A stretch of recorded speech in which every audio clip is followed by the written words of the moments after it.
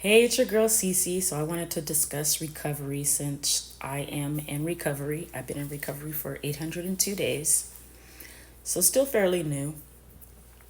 And this is regarding alcoholism. So a lot of people may not think that alcohol or liquor in general is a drug. It's just something that you do in a social setting. Yes, for some people it is what you do in a social setting, but it is a drug. It changes and alters your mood, and you also could get addicted. So I was the type of person that couldn't just pick up one drink and leave.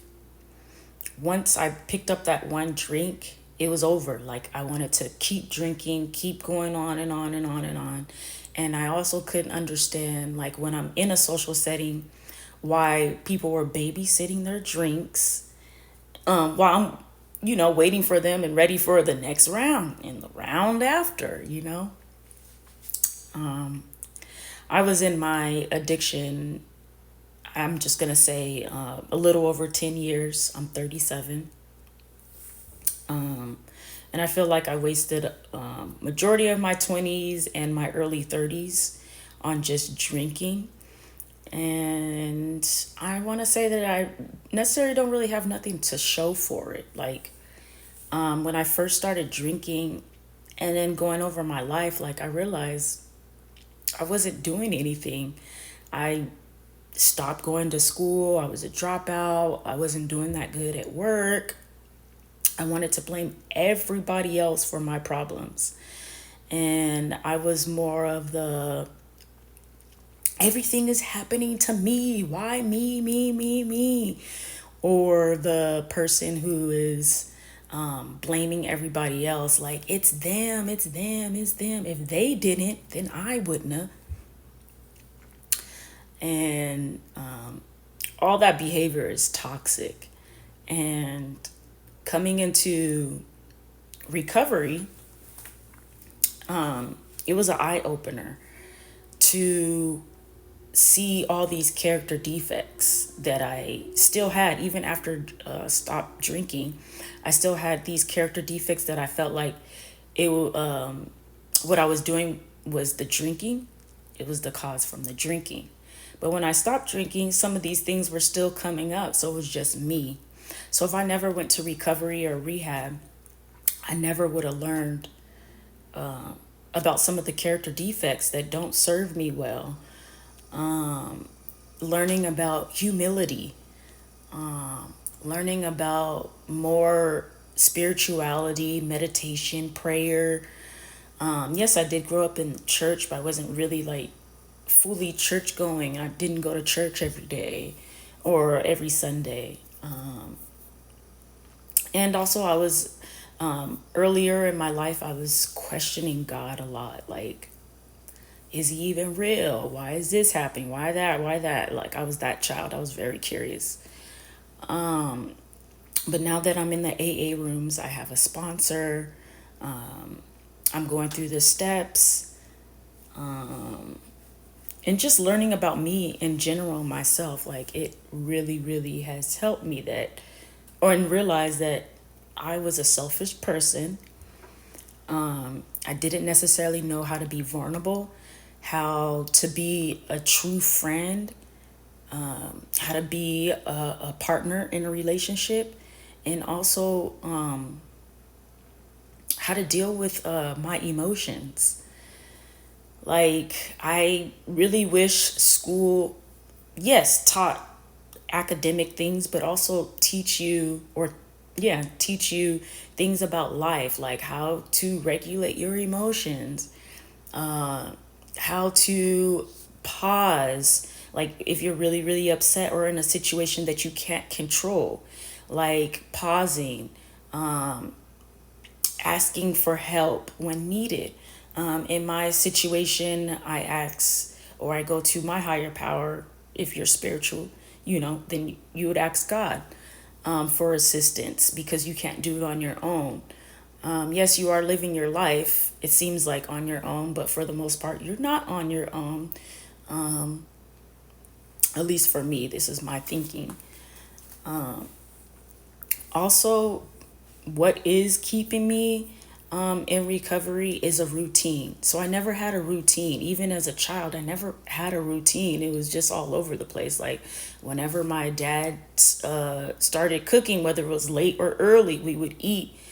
And we never really had a set bedtime. It was just whenever my parents were like, y'all need to go to bed or it's getting too late. So as an adult, when I learned a routine, I actually enjoyed it and liked it and wish I had it growing up. Like a routine for my morning routine, or just a routine in general, is me waking up around 5. That doesn't necessarily mean you have to wake up at 5, but me waking up at 5, me dealing with my inner self, whether that's meditation, prayer, or both, sending my gratitude list to my sponsor in the morning, then the gym. I really got into working out and I guess getting a little bit healthier. I was a little bit on the heavier side, not super heavy, but on the heavier side, and I'm a short person. So on the heavier side, it looked like I was heavier than I actually was. So I was like almost 160, I want to say 155, somewhere around there. But that's actually really heavy. So I like lost all of my weight. I'm now at my ideal weight, and I haven't been at my ideal weight according to my BMI since I was in high school. So I was super proud of that. But anyway, so yeah, I go to the gym, then I come back. I deal with my dogs. I have 3 dogs. And then sometimes I work from home. So 3 days a week I'm working from home, 2 days I'm in the office. So whatever that looks like. And then I was going to school, so I had my schooling as well. I had just graduated this May from Fresno, yes. So I was able to go back to school, concentrate, and finally get my bachelor's degree. I'm right now contemplating on whether I should go back for my master's, because in my career, I want to change my career. I don't feel like that is the field for me, even though I've been in that field over 10 years. It was something that was supposed to be temporary and then end up turning into something permanent, only because I was in my drinking addiction so heavily, and I wasn't even able to concentrate on getting another job or doing better for myself. I was just content. I made so many mistakes. I hurt so many people in the process of me drinking. So now that I've been trying to make amends with some of these people, it feels good. It really feels good. Also, during the AA steps of the 12 steps, I think it's the 4th step, you do have to pretty much tell somebody everything that maybe pained you, caused you some type of trouble or resentment or whatever. And it was hard, but it was well needed. Like I was keeping so much hurt and so much pain inside, and I just needed to let it go. I needed to have somebody, listen. It's not that we fixed anything. It was more so listening, letting it out, stuff that I was drinking heavily for, And I don't know, just recovery in general, especially the AA rooms, saved my life. Like I was going down a really, really, really, really dark path. I was there for years, and it was hard for me to get out. It was hard for me to get out, but I wanted it so bad. I wanted to be healthier. I wanted to be happier. I wanted to feel good about myself, and I also wanted to finish school. That was like my number one goal.